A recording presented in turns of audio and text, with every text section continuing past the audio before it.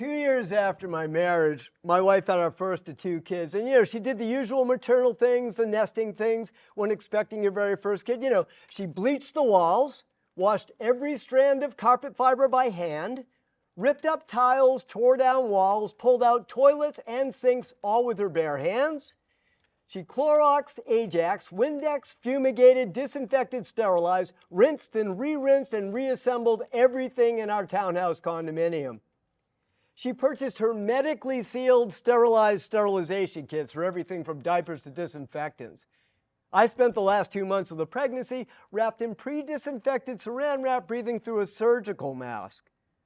We got the infamous book, What to Expect When You're Expecting the First Time Baby Bible.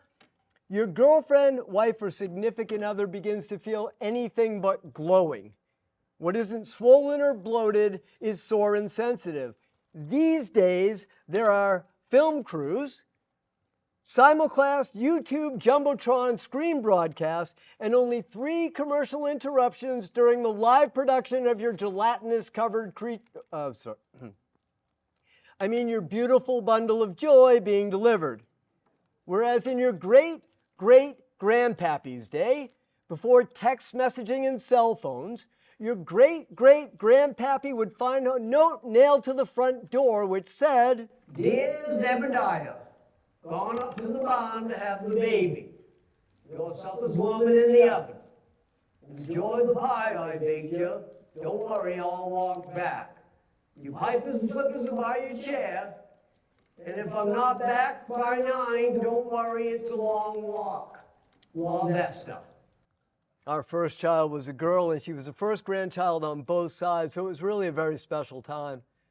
2 years later, our son was born, completing our crew, and I was moving on from phase 3. I hit 40. Dun, dun, dun.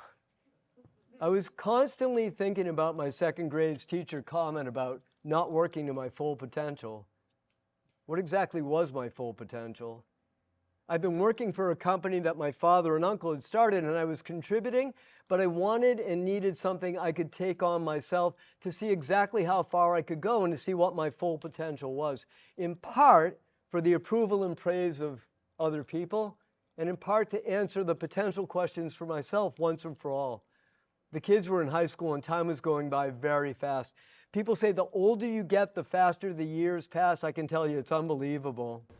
Unbelievable. It's funny that when you're young, the days seem like weeks. The years now have 4 days altogether. Day 1, New Year's. Day 2, 4th of July. Day 3, Thanksgiving, Hanukkah, Christmas, all the same day. Day 4, New Year's again.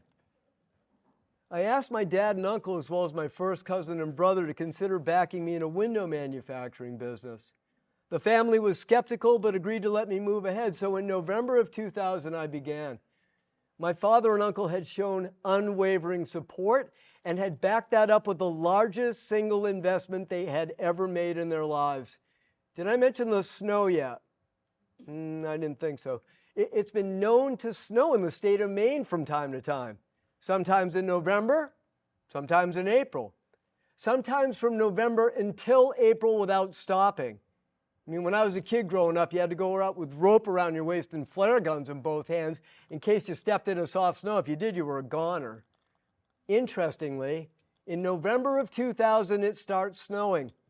And in April of 2001, it's still fucking snowing. People are building arcs with skis on the bottoms and grabbing 2 of every kind of beer. Yep. The biggest investment they had ever made in their lives was followed by the worst recorded winter in the state's history in over 40 years. Classic for me. Dad and Unc come home and take a look at the sales figures and get more than moderately concerned, as there were absolutely no sales whatsoever. This dismal fact was compounded by the fact that the bank was not happy with the way business seemed to be trending, or more aptly put, not trending, and called us all in for an emergency meeting. This single event changed my life forever. My uncle at the time in his mid-70s and my dad in his mid-60s had, in the 40 years or so the company had been in business, arranged a very large line of credit on just a handshake and had never had to give a personal guarantee. That was it for me.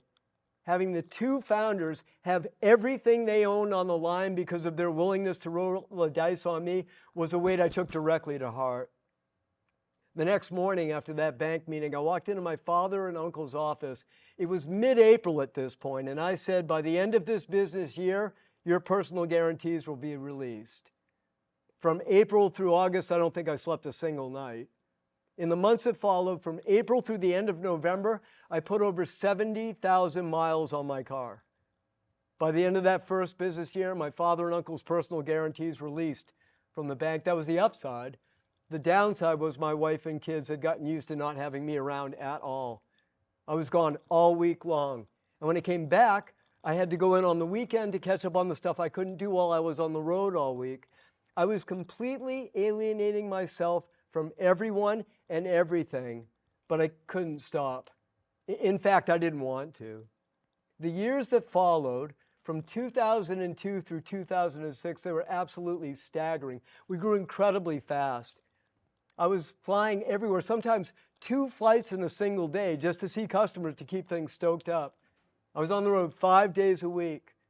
We were running the factory 20 hours a day, 6 days a week, with 2 shifts and 250 employees. The pressure I felt to keep those families employed, fed, and growing was very heavy. But I had a tremendous sense of pride in what they were helping me build. I believed in them and they believed in me and my ability to build a nationally recognized window program based right there in Portland, Maine. I was in full potential mode 24/7.